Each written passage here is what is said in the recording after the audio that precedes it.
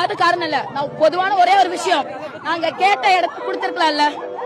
மக்கள் அதிகமா கூடுவாங்க, மக்களும் இட வசதியோட இருக்கணும், தலைவரும் வந்து பாக்கணும். தளபதி சும்மா வந்தாலே கூட்டமா தான் வரும்.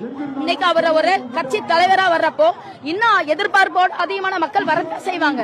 அப்ப தகுதியான இடத்த கொடுத்திருக்கலாம்ல. மற்ற கட்சிகள்ல நீங்க எல்லா இடத்துக்கு எவ்வளவு பெரிய இடத்த கொடுக்கறீங்க. அப்ப தமிழக வெற்றி கழகத்துக்கு இடம் கொடுத்திருக்கலாமே, ஏன் கொடுக்க மாட்டேங்கிறீங்க? சென்னை ஹைகோர்ட்லயே எல்லா கட்சிக்குமே ஒரே மாதிரியான அனுமதி தான் கொடுக்கணும்னு சொன்னாங்க. ஆனா ஏன் தமிழக வெற்றி கழகத்துக்கு கூட கொடுக்க மாட்டேங்கிறீங்க? இன்னைக்கு எவ்வளவு ஆம்புலன்ஸ் போகுது. நாளைக்கு நியூஸ்ல என்ன போடுவீங்க? விஜய் வந்தாரு, அவர் பாட்டு பேசிட்டு போயிட்டாரு, அவரை பார்க்க வந்தனால மக்கள் எத்தனை பேர் அவதிக்கிட்டாங்க, அதெல்லாம் அவர் கண்ணுக்கு தெரியுமான்னு கேட்பாங்க. ஆனா இப்ப நான் பேசுறது எல்லாமே எங்க தலைவருக்கு அதுக்கு போகும். அவர் இதுக்கு தக்க பதிலடி கொடுப்பார்.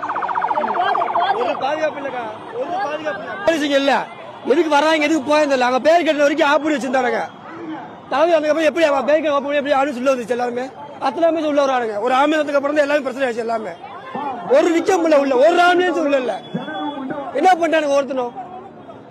போலீஸ் இருந்து ஒரு பாதுகாப்பு கொடுக்க முடிஞ்சா எத்தனை குழந்தைங்க உயிர் போயிடுச்சு தெரியுமா? எத்தனை பேர் மயக்க முடியாது. தண்ணி கூட கொடுக்க முடியல. எதுக்கு அப்படி மீட்டிங் திறந்து எதுக்கு கொடுத்தீங்க முதல்ல?